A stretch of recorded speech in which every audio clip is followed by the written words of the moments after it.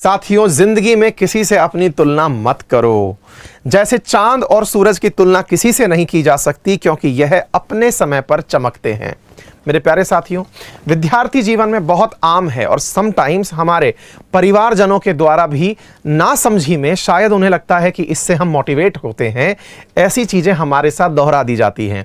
तो जो परिवारजन मुझे सुन रहे हैं, उन सबसे मेरा नम्र निवेदन है कि कृपया करके अपने बच्चों की तुलना किसी अन्य के साथ ना करें। और स्पेशली विद्यार्थी जीवन में आप भी इसे ध्यान रखिएगा, आप कभी भी अपने आप को कंपेयर मत करिए किसी एक्स पर्सन के साथ।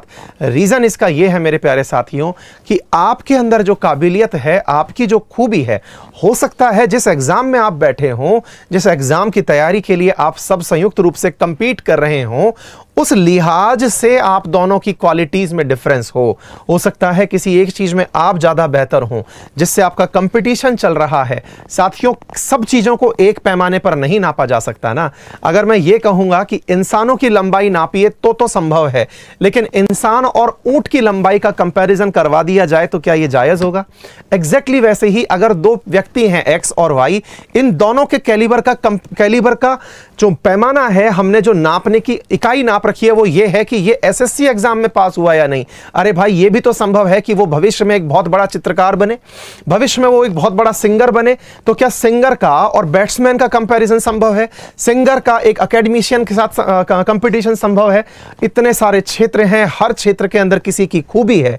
तो ऐसी स्थिति के अंदर अपना कंपैरिजन किसी एक पैमाने पर करके अपने आप को परेशान ना होने दें। एक छोटी सी अपील है, इसे आप अवश्य मान करके चलिएगा।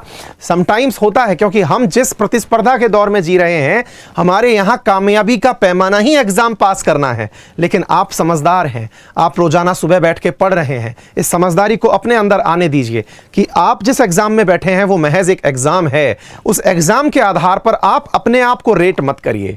आप एग्जाम पास करते हैं या नहीं करते, यह आपके कैलिबर पर है। आपको वो चीजें अच्छी लगी, आप पास कर गए, लेकिन इस आधार पर कि आप इंसान कैसे हैं, यह बात बहुत गलत हो जाएगी। क्योंकि साथियों, जैसा इस कोटेशन में बहुत स्पष्ट रूप से लिखा हुआ है कि चांद और सूरज के उगने का अपना समय होता है। तो हो सकता है मेरे प्यारे साथियों, चांद की शीतलता और सूर्य की गर्मी समय समय पर जिस प्रकार निकलती है, आपके भी साथियों इसी प्रकार से आप लोगों के अंदर का जो छुपा हुआ हुनर है वो समय के साथ सामने आएगा। तो अपने आप को कंपेयर मत करिए, आप अपने आप में बेस्ट हैं, ये धारणा अपने अंदर विकसित करिए। और यकीन मानिए, ये धारणा आपको अवश्य ही जिस मुकाम में आप लगे हुए हैं उसे प्राप्त करवाएगी। ठीक है साथियों।